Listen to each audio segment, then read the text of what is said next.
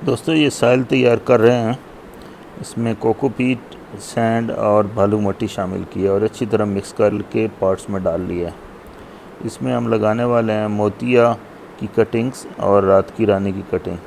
मोतिया तो बहुत ही खुशबूदार और इसी तरह रात की रानी भी बहुत खुशबू वाला पौधा है जो कि हर घर में होना चाहिए और पसंद भी किया जाता है।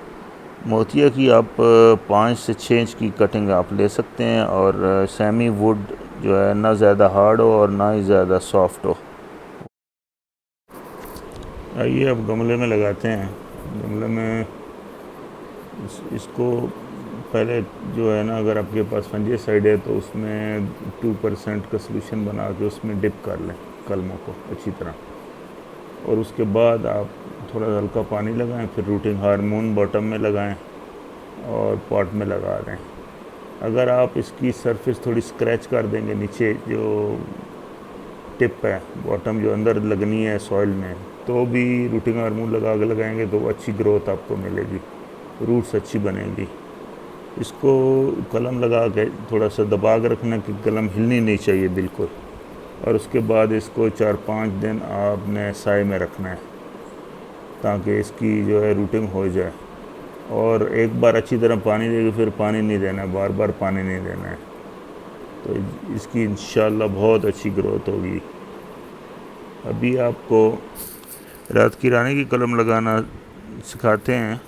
ये जो कटिंग हमने ली है इसको, ये तकरीबन सेमी वुड है, देखिए ग्रीन भी है और ब्राउन भी है, और पेंसिल के साइज़ की सिलेक्ट की है।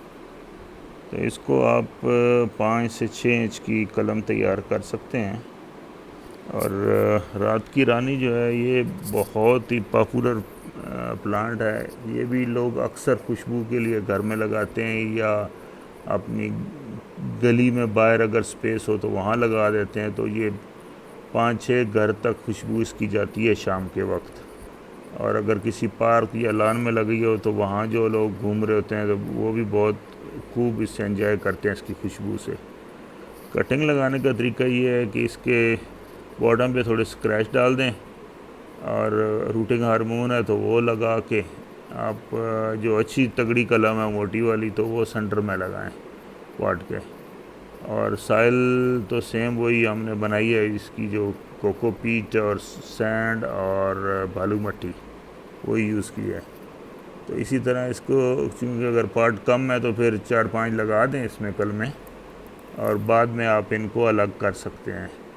लगाने के बाद इनको एक बार अच्छी तरह पानी लगा देना है आपने, और उसके बाद इसको साए में रखना है। और एक चीज़ और है, इसको ड्राई होने से बचाने के लिए इसके टिप के ऊपर थोड़ी सी गीली मिट्टी लगा दें तो ये ड्राई नहीं होगा।